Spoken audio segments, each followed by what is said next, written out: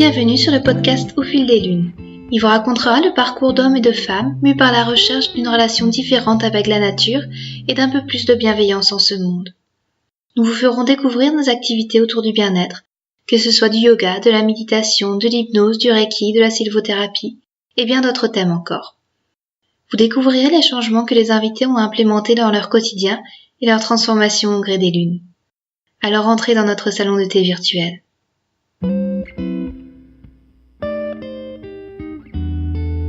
Dans cet épisode, je reçois Violaine. Violaine est psychanalyste humaniste. Dans sa pratique, elle a fait le choix d'incorporer la respiration holotropique comme complément à la parole. Ce formidable outil est d'une puissance incroyable quand il s'agit de débloquer certains traumas inscrits dans le corps.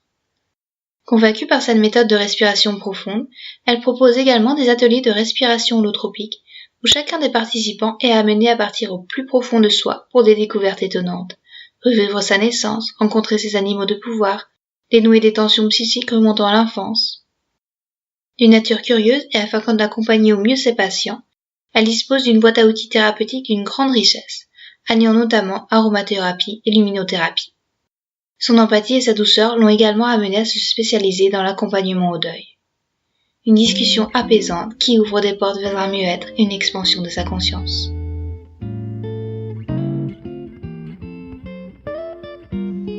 Bonsoir Violaine. Bonsoir Clary. Vous êtes psychanalyste humaniste. Je vous reçois dans ce podcast parce que vous avez une spécialité un petit peu particulière qui est assez peu répandue en France, c'est la respiration holotropique. Du coup, est-ce que vous pouvez expliquer un petit peu à nos auditeurs de quoi il s'agit et comment vous pratiquez cela ? Oui. Alors peut-être au départ, juste dire quelques mots sur mon parcours. Oui. Ce qui m'a donné envie d'arriver jusque-là, parce que je suis donc psychanalyste, psychothérapeute, et donc on utilise principalement ou quasiment principalement la parole. Oui. C'est déjà un merveilleux outil, très nécessaire, et que je ne jamais abandonné, bien évidemment. On commence toujours comme ça avec mes patients. Mais de par mon histoire personnelle, je savais que notre corps est un corps qui est un corps bibliothèque, qui porte toute notre histoire. Et même si la thérapie verbale permet de débloquer des choses, on a un exemple, j'avais beaucoup d'angines avant de commencer mon analyse, et quand j'ai fini par dire des choses, miraculeusement, je n'ai plus jamais fait d'angine de ma vie. Donc voilà, il y a quand même un impact dans le corps avec la psychanalyse. Mais j'avais envie d'aller plus loin, et j'ai cherché, tâtonné, jusqu'à ce que je découvre cet outil que j'ai d'abord utilisé, comme tous les outils que j'ai sur moi-même. Hein. D'accord. Alors pour être très clair, je n'ai pas connu mon père. Mon père est mort avant ma naissance, et je savais que c'était un impact, une empreinte sur ma vie, même si j'allais bien, et quelque chose que je ne pouvais pas aller toucher avec la psychanalyse, parce que c'est compliqué d'aller travailler sur un manque à quelque chose, un inconnu. Voilà. Je pouvais imaginer que ça avait eu un impact sur moi, mais je ne pouvais absolument pas le ressentir. D'accord. J'ai cherché une méthode psychocorporelle pour me permettre d'aller voir cette empreinte-là sur ma vie. Et par synchronicité, par rencontre à droite et à gauche, j'ai finalement découvert la respiration holotropique. Et j'ai eu la surprise et le cadeau d'aller, dès la première séance, travailler ce manque de père et de masculin dans ma vie. D'accord. Alors, à la fin de mon premier week-end personnel, je me suis dit, ben voilà, je vais me former, parce que c'est un outil qui me semble intéressant et puissant. Et qui permet aussi aux thérapeutes de ne rien guider.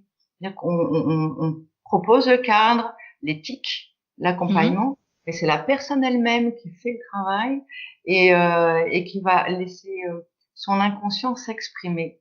Et nous accueillons ceux qui s'expriment. Nous accompagnons ceux qui s'expriment, mais on va pas aller le chercher. Voilà. Et ça, c'est assez, ça, c'est quelque chose qui est vraiment très, très, très agréable. Oui, vous êtes là juste pour guider la personne, et après, c'est elle qui est responsable de faire le travail elle-même. Alors, on l'aide à l'amplifier, on l'accompagne, on la sécurise. Je ne dirais pas qu'on fait rien du tout. Mais c'est surtout notre présence et le cadre rassurant qui fait beaucoup. Voilà. D'accord. Et on laisse émerger, on va aider à l'émergence du matériel inconscient de la personne. Voilà. D'accord. Et par rapport à cette découverte de la respiration holotropique, c'est vrai que les gens ne sont pas forcément très au courant de cette discipline. Du coup, ça a été vraiment la révélation pour vous. Ça a été pas trop difficile d'aller à cette rencontre? Alors là aussi, on est, mais comme vous, si vous m'interrogez, c'est que vous en avez entendu parler. Donc même en France, on est quand même un certain nombre à être formés, mais pas encore beaucoup. Ça reste une technique encore peu connue, Oui. mais c'est vraiment une très belle technique d'aller en profondeur à l'intérieur de soi. On parle vraiment de voyage intérieur. D'accord. Et on peut travailler donc sur nos traumatismes, les traumatismes que l'on a eus depuis la naissance jusqu'à aujourd'hui, des petits, des moyens et des gros. On n'a pas tous des histoires.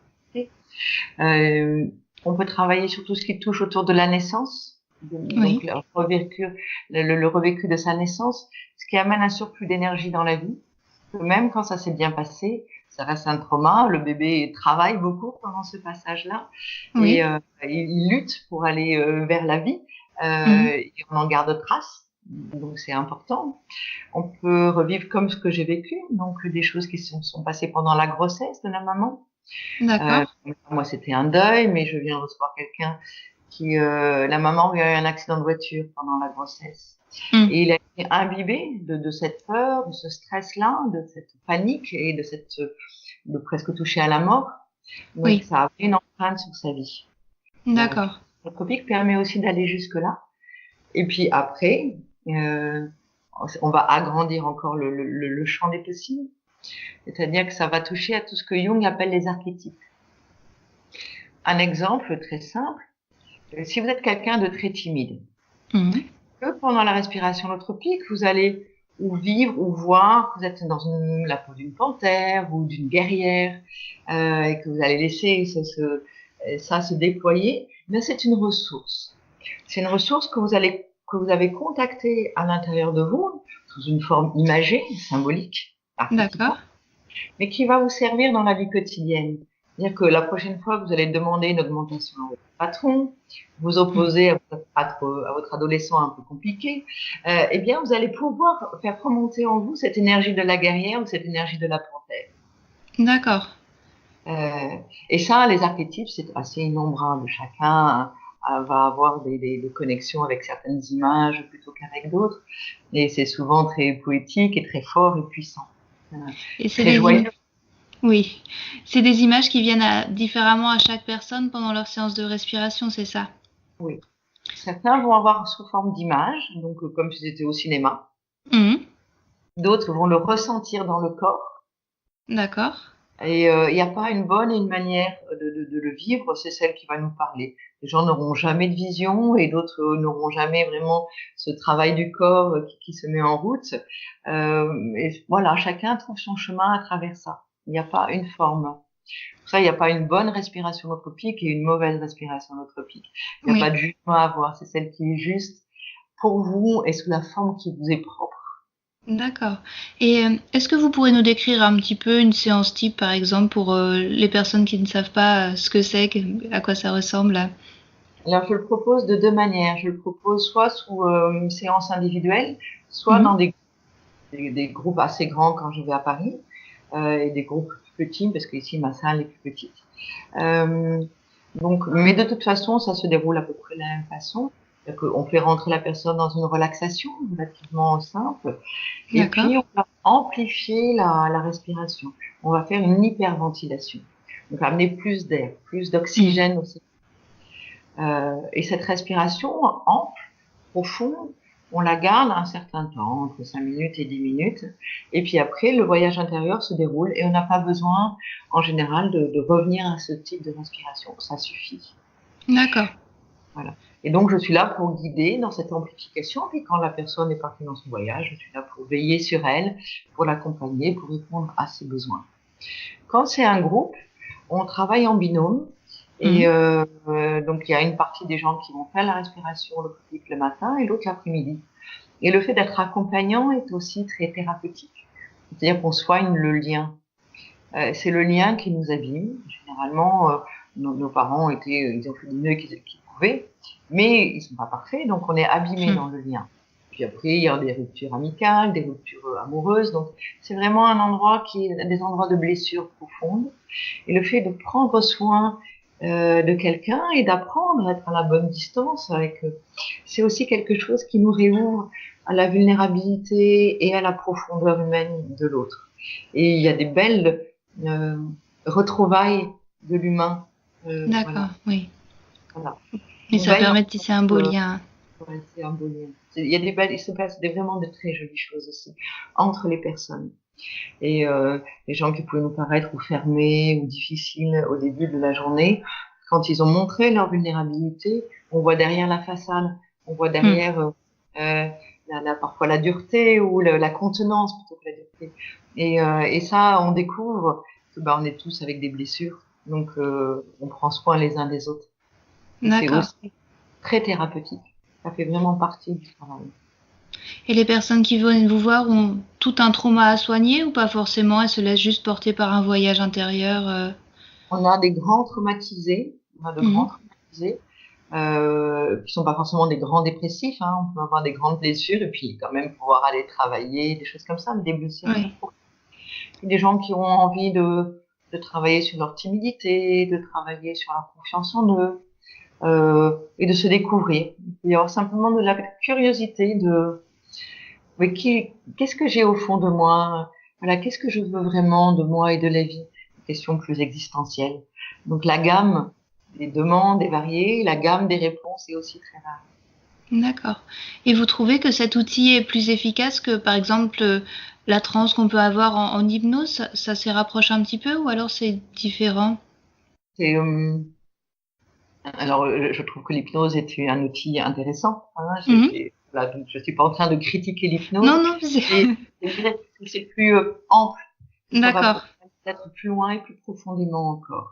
Il y a vraiment un vécu cathartique au niveau de grandes douleurs psychologiques.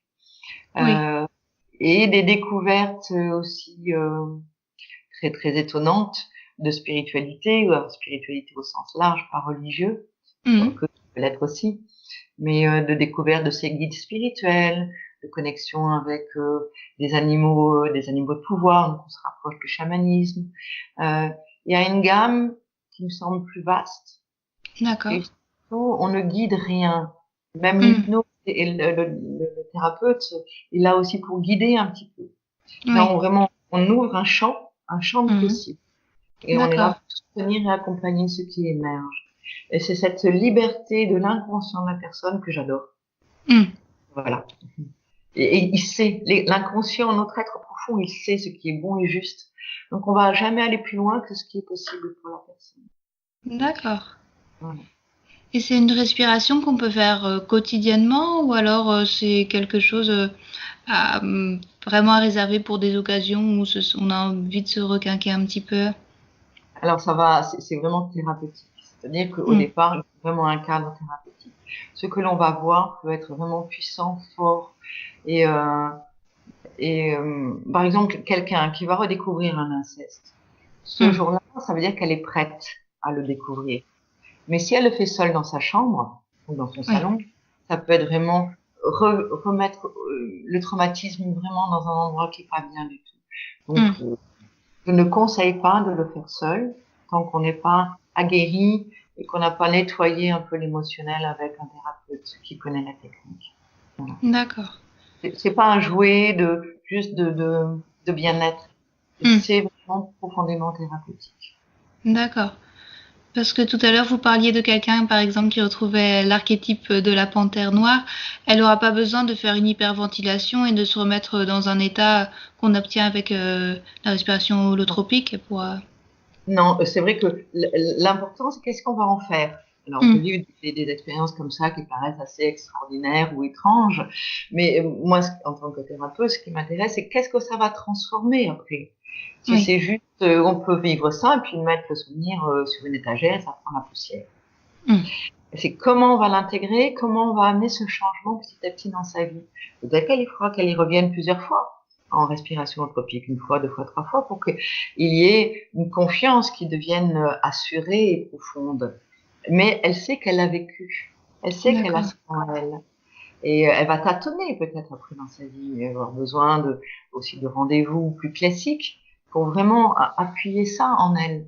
Mais son corps entier, c'est plus que la mentale, le corps entier sait qu'il l'a vécu. Oui, du coup, c'est inscrit en lui et elle pourra le retrouver plus facilement. Mais elle n'aura pas besoin de se mettre en hyperventilation avant d'aller voir son patron. Parce que là, ça peut, ça peut faire bizarre. Bien évidemment. Des ressources intérieures que l'on construit. D'accord. Voilà. Et c'est devenu un de vos outils privilégiés ou vous utilisez encore quand même la parole beaucoup? Quelle est un peu sa place dans votre pratique thérapeutique?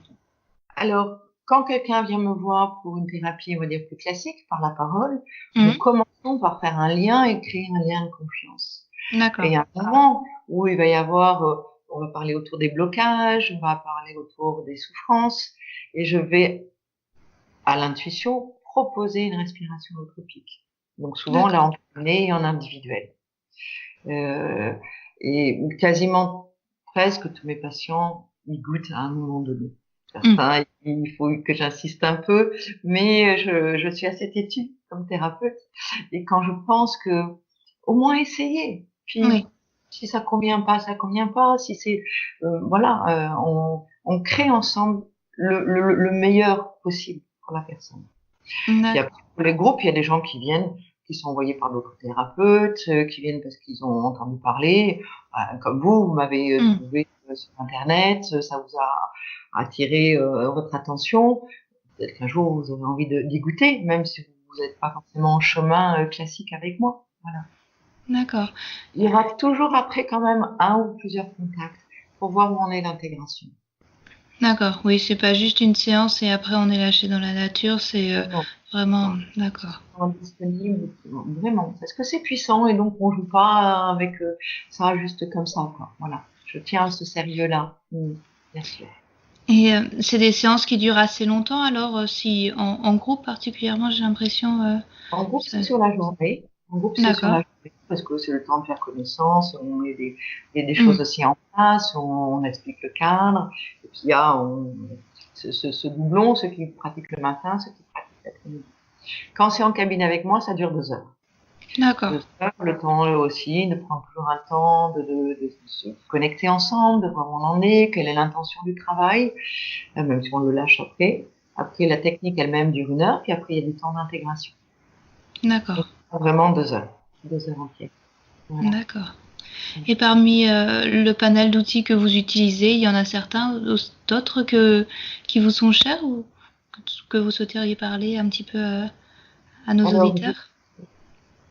J'utilise depuis quelques mois une lampe qu'on appelle la Pandora Star, qui est un travail de luminothérapie. D'accord. J'utilise la luminothérapie parce que certaines personnes ne vont pas aller en respiration holotropique parce qu'il faut quand même avoir un peu d'énergie. Et les gens qui sont très dépressifs ont une énergie très basse. Donc cette lampe permet de calmer et de synchroniser le cerveau et dans un bien-être comme une relaxation très très profonde. Donc c'est un autre type de voyage intérieur. Mais parfois c'est une étape qui est importante pour eux. Même la parole, il peut être trop, où ils vont ressasser les mêmes choses en boucle et en boucle et en boucle. Donc c'est une méthode que j'aime beaucoup pour notamment les grands dépressifs. Voilà. D'accord. Et vous êtes aussi spécialisé dans l'accompagnement du deuil, c'est quelque chose qui vous est cher? Oui, alors ça, on n'est pas assez nombreux en tant que thérapeute à être formés véritablement à l'accompagnement du deuil. Donc je suis non seulement accompagnante des endeuillés traumatiques, mais je suis aussi formatrice et conférencière dans ce domaine-là, pour pouvoir former d'autres thérapeutes, former des bénévoles à cette souffrance qui est très vive, qui est peu reconnue, qui fait peur. La mort est tabou en France encore. Le deuil est cette souffrance très profonde quand on a perdu un enfant, quand on a perdu un compagnon par suicide, quand on a perdu même un parent qu'on a accompagné longtemps dans la maladie. Tout ça, ce sont des souffrances spécifiques qui ne demandent pas forcément une thérapie, mais qui demandent un accompagnement. Quand les gens viennent pour un deuil et qu'ils ont perdu, je pense à une maman qui a perdu son fils par suicide, elle vient pas pour parler elle-même de son papa, de sa maman, de son enfance. Elle vient pour dire sa peine et sa douleur sur son fils qui est parti comme ça du jour au lendemain. Et ça, c'est un travail très en dentelle. Et j'y tiens parce que on entend et il se passe des choses qui sont pas correctes. Voilà, c'est une souffrance qui est pas reconnue, donc ils entendent des mots difficiles, douloureux, inappropriés de la part de l'entourage, parfois, mais aussi de thérapeutes qui ont peur parce que c'est une douleur vraiment très très intense. Et je suis spécialisée là-dedans depuis maintenant plus de 15 ans. Donc j'accompagne des personnes au sein de groupes de parole, de soutien et en individuel depuis plus de 15 ans. D'accord. Ouais. Et le travail que vous faites, c'est les accompagner un petit peu à savoir gérer la douleur, l'accepter et D'abord l'accueillir, c'est surtout de l'accueillir, oser dire qu'on est en colère contre celui qui est mort, qu'on est en colère contre la vie, contre la mort. C'est d'accueillir vraiment toutes les émotions. Elles sont chaotiques, elles sont en montagne russe et elles font peur déjà à la personne qui est en deuil et à l'entourage. Donc il y a beaucoup de peur, il y a beaucoup d'émotions très variées, très profondes et c'est vraiment d'accueillir sans être dans le conseil, dans le il faut, vous devrez. Je pense à cette maman qui est en colère parce que son fils est suicidé. Donc, la première psy qu'elle a vue, c'est, vous n'allez pas rester en colère tout le temps, c'est pas bon pour l'énergie. Oui. Oui, bien sûr, sur 15 ans, mais là, ça fait 3 mois que son fils est mort. Ça n'a rien à voir. Voilà, c'est trop rapide. Donc, ces maladresses-là, les endeuillés les entendent en permanence. Donc, moi, je suis là pour dépasser ça. Après, je suis un être humain et ça m'arrive d'en faire aussi des maladresses, bien sûr. Oui. Mais d'apprendre aussi aux thérapeutes et au public à faire autrement. Voilà.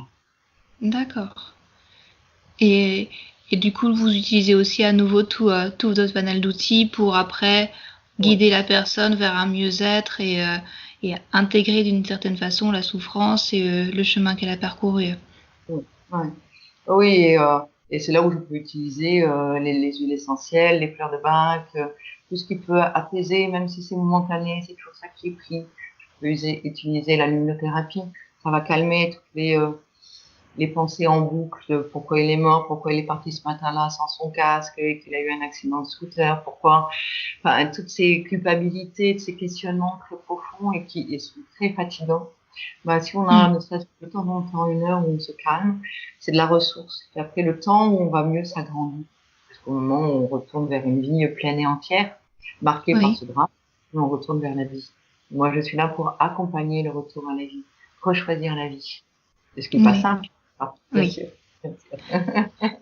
Et en vous écoutant, je me dis aussi que vous êtes vraiment très curieuse, vous semblez intégrer tout un tas d'outils justement qui font appel au corps, aux différents sens. Ça a été comme ça tout au long de votre pratique ou vous y êtes venu petit à petit?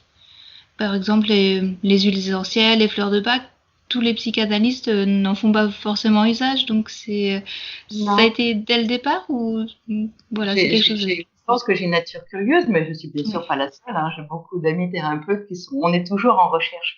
Et puis j'ai beaucoup testé pour moi et j'ai vu ce qui m'a apporté, ce que j'ai aimé, ce que je peux garder. Et j'ai d'autres outils auxquels je suis formée que je n'utilise pas. Et puis j'ai fait un bout de thérapie avec les huiles essentielles. Et quand on renifle une odeur, ça va directement au cerveau limbique. C'est-à-dire que toutes les connexions à l'intérieur du nez ne passent pas par le cortex. Donc, on est en train de contourner ce mental occidental si fort, qui est très utile, mais qui de temps en temps est un vrai obstacle à la thérapie. Et donc, ce sont des outils pour arriver à aller plus vite et plus profond dans nos ressources intérieures. Voilà. Et donc, j'ai fait ça pendant 1 an et demi pour moi. Et donc, je me suis formée aussi. Et quelqu'un qui est dans un traumatisme, qui est bloqué sur une scène, je pense aux deuil, qui vont être bloqués sur le moment où on leur a annoncé la mort. Tout est figé à cet endroit-là. Et quand on prend une huile essentielle, justement, ça va contourner ce blocage pour faire ressurgir des bons souvenirs, par exemple, avant l'accident, avant la maladie. Ça, c'est un bien-être de retrouver des bons souvenirs. D'accord. Et voilà. Donc, ça fait partie des choses que j'utilise. Ouais. Ouais. Donc, j'ai cherché, j'ai fouillé pour moi. Et puis, et quand ça me plaisait, j'allais me former et je l'intègre. Voilà. Et puis, il y a des choses qui sont très intéressantes. Notamment pour aider les gens qui sont traumatisés et que moi je n'utilise pas et donc j'envoie à des collègues qui utilisent des techniques autres comme le MDR qui est mieux connu et je suis formée mais voilà c'est une méthode dans laquelle je me sens moins à l'aise voilà je suis pas capable de tout faire et je n'ai pas envie de tout faire c'est bien aussi de pas se disperser mais savoir aussi envoyer un patient qui en a besoin, faire 2-3 séances ailleurs, et puis on revient, on débrief. Et j'aime beaucoup travailler en réseau, trouver des gens, envoyer faire des massages aussi. C'est très bon quand le corps a été abîmé par la maladie, par exemple. Et ça n'empêche pas de faire une thérapie à côté. D'accord. Et une question que j'aime bien poser aussi à mes invités, c'est est-ce que vous avez des pratiques de bien-être, des routines que vous faites régulièrement et que vous souhaiteriez nous partager? Alors, moi, j'ai une pratique spirituelle qui me nourrit. Je suis bouddhiste. Maintenant, je le dis simplement à certains de mes patients, parce qu'on discute beaucoup aussi du sens de la vie, de la mort. Et je dis toujours de là où je vous parle. Donc, moi, je suis depuis plus de 20 ans bouddhiste, donc j'ai une pratique bi-quotidienne. Après, je fais beaucoup de marche à pied. Maintenant que je suis partie de Paris, c'est plus agréable. Et donc ça c'est une grande ressource d'aller, on le sait maintenant, aller marcher dans la forêt, c'est aussi quelque chose de très bien. Et puis après j'ai aussi un peu de yoga, voilà. Et c'est important quand on reçoit des gens en grande souffrance d'avoir des endroits et du temps de ressourcement. Donc du temps de solitude, du temps de silence. Ça fait partie aussi de mes outils. Voilà. J'aime la solitude, une solitude habitée et du temps de silence. Voilà. C'est mon hygiène vraiment quotidienne. D'accord. Merci pour ce partage. Et si on veut vous joindre ou vous retrouver, on peut aller sur votre site ou si vous avez des infos à nous faire partager. Alors sur mon site, il y a bien sûr toutes mes dates de formation et toutes mes dates de journée de respiration holotropique. Et la prochaine est en juin, le samedi 22 juin, ici dans les Landes, chez moi. Autrement à Paris, mais je pense que les gens que vous touchez seront peut-être un peu plus dans la région. Oui, dans le sud-ouest. Et puis à Paris, mes journées sont pleines très très longtemps à l'avance. Donc la prochaine, qui est au mois de mai, elle est déjà avec une liste d'attente. Voilà, puisque je fais ça quand même un certain nombre d'années. Ici, c'est plus... c'est un côté très cocon. Voilà, j'ai fait un de femmes il n'y a pas très longtemps. C'était vraiment absolument délicieux de travailler avec ces femmes-là, quoi. Voilà. D'accord. Je pense que fin 2019-2020, je mettrai plus de dates. Je vais aller moins à Paris et je mettrai plus de dates ici. Et puis après, les personnes qui sont en deuil ou les personnes qui veulent une thérapie, bien sûr, ils me retrouvent sur le net ou par vous, puisque vous avez mes coordonnées, tout simplement. D'accord. Merci beaucoup. De toute façon, je mettrai toutes ces infos-là dans les notes du podcast. Merci beaucoup pour cette douce conversation, pour nous avoir fait découvrir la respiration holotropique et je vous souhaite une belle soirée. Ça m'en plaît pour vous et pour ceux qui vous écouteront. Merci beaucoup, Violaine. À bientôt. Au revoir. À bientôt. Merci à Violaine pour cette discussion.